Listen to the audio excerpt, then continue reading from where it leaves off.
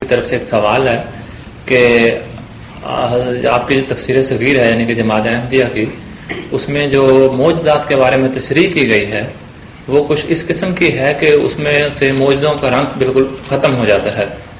مثال کے طور پہ اس نے بتایا شکل قمر کا واقعہ یا اصحاب الفیل کا واقعہ، حضرت موسیٰ علیہ السلام کا واقعہ جب انہوں نے وہ اپنا سونٹا مارا تو اس اژدہوں پہ، تو اس میں تشریح میں لکھا گیا کہ ان میں پارا بھرا ہوا تھا، چونکہ اس طرح سے جب چھوٹا مارا تو وہ ٹکڑے ٹکڑے ہو گیا.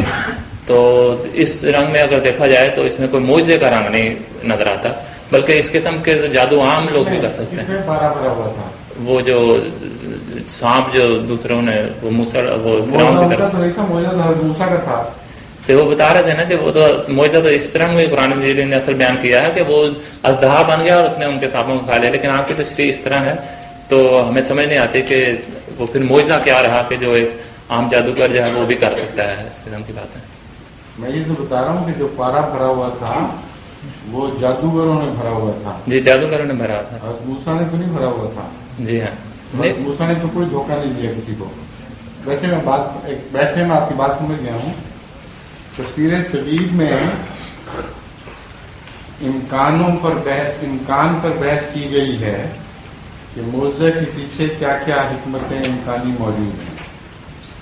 جو بنیادی بات ہے وہ یہ نہیں ہے کہ حضرت مسلم موعود نے یہ دعویٰ کیا کہ واقعتاً ایسا تھا. آپ صرف ایک امکانی بحث کر رہے ہیں کہ یہ بھی ہو سکتا ہے، یہ بھی ہو سکتا ہے، اور یہ کہ یہ اس کا کہنا بالکل غلط ہے کہ آپ نے کہا کہ یہ بھرا ہوا تھا کہ ایسا واقعہ ہوا ہے. اصل بات یہ ہے کہ حضرت مسلم موعود جو تفسیر لکھ رہے ہیں وہ ساری دنیا کے ہر مزاج کے لوگوں کے لیے ہیں جن کو اسلام پر اعتراضات پیدا ہوتے ہیں. ان کی عقلوں کو مطمئن کرنے کے لیے ان کی سوچ کے مطابق بعض جوابات آپ نے دیے ہوئے ہیں.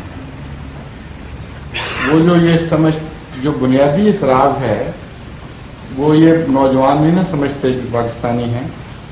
بنیادی اعتراض غیر مذاہب کی طرف سے یہ ہوتا ہے کہ اگر اللہ تعالیٰ نے خود قانون بنایا ہے اور وہ پرفیکٹ پلانر ہے، کامل ہے اپنی عقل کل کے لحاظ سے، تو وہ تو بڑا ہی نادان شخص سمجھا جاتا ہے جو خود قانون بنائے اور خود کسی موقع پر اس کو توڑنے پر مجبور ہو جائے،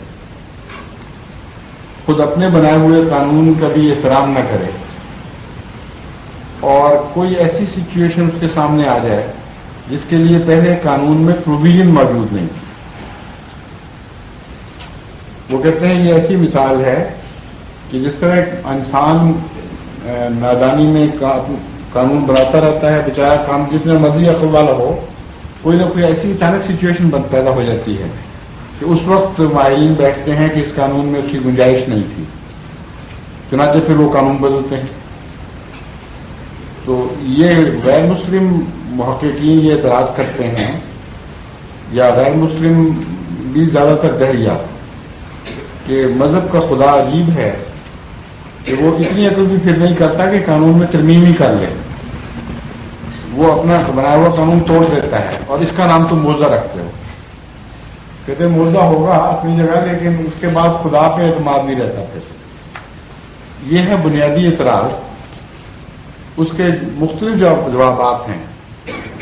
حضرت مسیح موعود علیہ السلام نے جو بنیادی جواب دیا ہے وہ یہ ہے کہ اللہ اپنے قانون کبھی نہیں توڑتا، نہ اس کو ضرورت ہے، لیکن اس کے قوانین کی مختلف سطحیں چل رہی ہیں.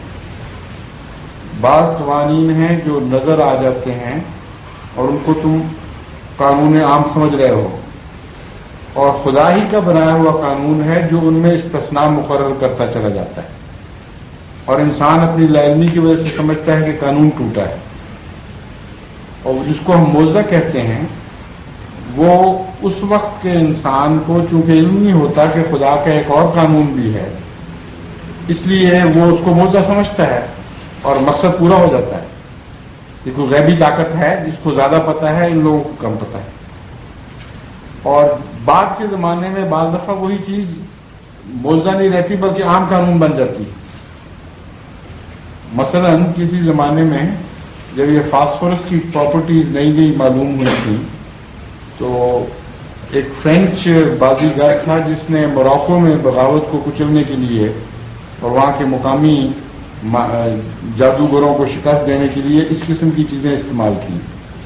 بعض فارمولے سائنس میں ایسے معلوم ہوئے، وہ ابھی بھی موجود ہیں، کہ اگر ان کو ہاتھوں اور پاؤں پہ ملا جائے تو ہیٹ پروف ہو جاتا ہے بہت حد تک، اور اگر کوئی آدمی ذرا سی اس کے بعد پریکٹس کرے تو کوئلوں پر چل سکتا ہے.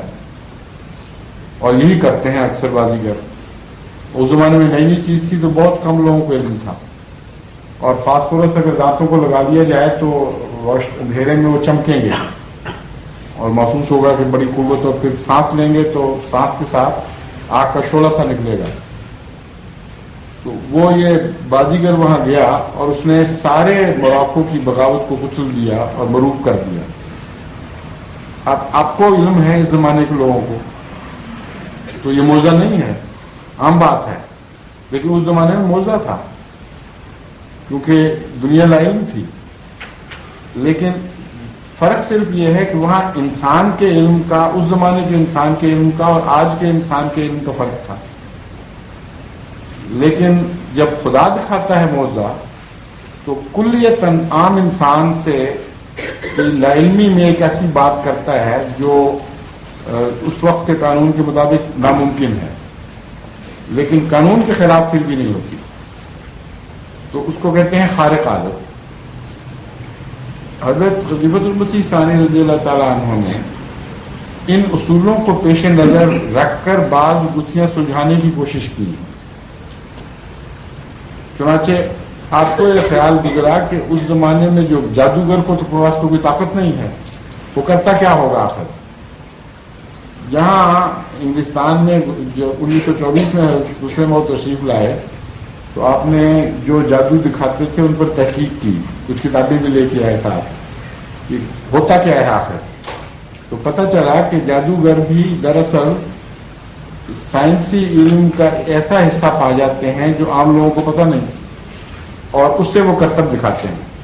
چنانچہ پارا بھری ہوئی چیزیں سانپ اس زمانے میں 24 میں خاص طور پر یہ حملہ کرتے تھے، جن کو ذرا سی ہاتھ لگے تو ہیٹ آتی ہے پیدا، یا ویسے ٹیمپریچر بدلتا ہے تو پارا سکڑتا ہے یا آگے بڑھتا ہے. تو معمولی ویریشن سے، بعض سانس کی ویریشن سے بھی اس میں حرکت پیدا ہو جاتی تھی. تو یہ حضرت مسلم موعود کا رضی اللہ تعالیٰ عنہ کا اندازہ ہے، ترجمہ غلط نہیں ہے، تفسیر ہے، اس کا نام ہی تفسیر صغیر ہے. اندازہ یہ آپ نے لگایا کہ بعید نہیں کہ اس زمانے میں بھی جو جادوگر تھے ان کے پاس طاقت تو کوئی تھی نہیں، اور جادو فی ذاتی ہی کوئی چیز نہیں ہے. تو وہ یہ کام کرتے ہوں کہ رسیوں پہ انہوں نے بھرا ہوگا اور لوگوں کے نزدیک وہ بڑا روگ تھا، اور جب حضرت موسیٰ نے سوٹا مارا اور وہ سب بیکار ہو گئے تو لوگوں کو کیا پتا تھا کہ یہ پارا ہے، اور حضرت موسیٰ کو بھی نہیں پتا تھا. حضرت موسیٰ کا پھر بھی معجزہ رہتا ہے، کیونکہ حضرت موسیٰ کو تو ان باتوں کا کوئی بھی علم نہیں تھا. آپ کا یہ تخمین اندازہ تھا کہ جب انہوں نے خدا نے کہا کہ سوٹا اپنا پھینکو، جو ان رسیوں پہ پڑا تو ان کے پارے والے نکل گئے، تو سارے لوگوں پر یہ امپیکٹ پڑا کہ یہ زیادہ طاقتور ہے، یہ ٹھیک ہے. وہ اتنا کلمزی نہیں جس طرح سے آدمی نے سمجھا کہ اٹھ کے چھوٹا مار دیا تو پھٹ گیا، لوگوں نے کہا دیکھو یہ پارا نکلایا. ان کو تو پتہ ہی نہیں ہوگا کہ پارا ہوتا کیا ہے، تبھی تو مروب تھے. چنانچہ اس فرعون نے اس کے نتیجے میں یہی فکرہ کہا ہے کہ یہ تم لوگوں کا بھی باپ ہے، تم لوگوں کا سب سے بڑا معلوم ہوتا ہے، اس نے تمہیں سکھایا تھا، اس کو پتا تھا کہ اندر کیا چیز ہے، اور سکھانے والا جانتا ہے، اس لیے اس نے مار کے وہ توڑ دیا. اور فرعون اپنی چلاکی سے یہ اندازہ لگایا اور لوگوں کو کہا کہ کوئی روک کی ضرورت نہیں، یہی میں سے یہ ایک بڑا ہے. یہ بات ہو رہی ہے حضرت 1900 سال جمع 1400 سال کتنے بنے، 3300 سال. 3300 سال پرانے زمانے میں موضوعوں کا یہی معیار ہوا کرتا تھا. فرق صرف وہی ہے جو میں بتا رہا ہوں کہ ایک جگہ انسانی چلاکی ہے، دوسری جگہ اللہ کا علم ہے، اور خدا کا علم جو شخص استعمال کر رہا ہے اس کو ذاتی علم کوئی نہیں ہے، اس لیے اس کا معجزہ ہی ہے. یہ تشریحات ہیں ان معنوں میں وہ چونکہ نہیں سمجھتا ان باتوں کو، نہ دنیا کے اعتراضات کو، نہ کیا دنیا کہاں پہنچ گئی ہے، قرآن پہ کیسے کیسے حملے ہو رہے ہیں، اس لیے وہ لوگ سمجھتے ہیں کہ یہ انہوں نے نعوذ باللہ موضوع کی حیثیت ختم کر دی ہے. موضوع کی حیثیت نہیں ختم کی، موضوع کی حقیقت سمجھ کر پھر یہ باتیں علم میں آتی ہیں.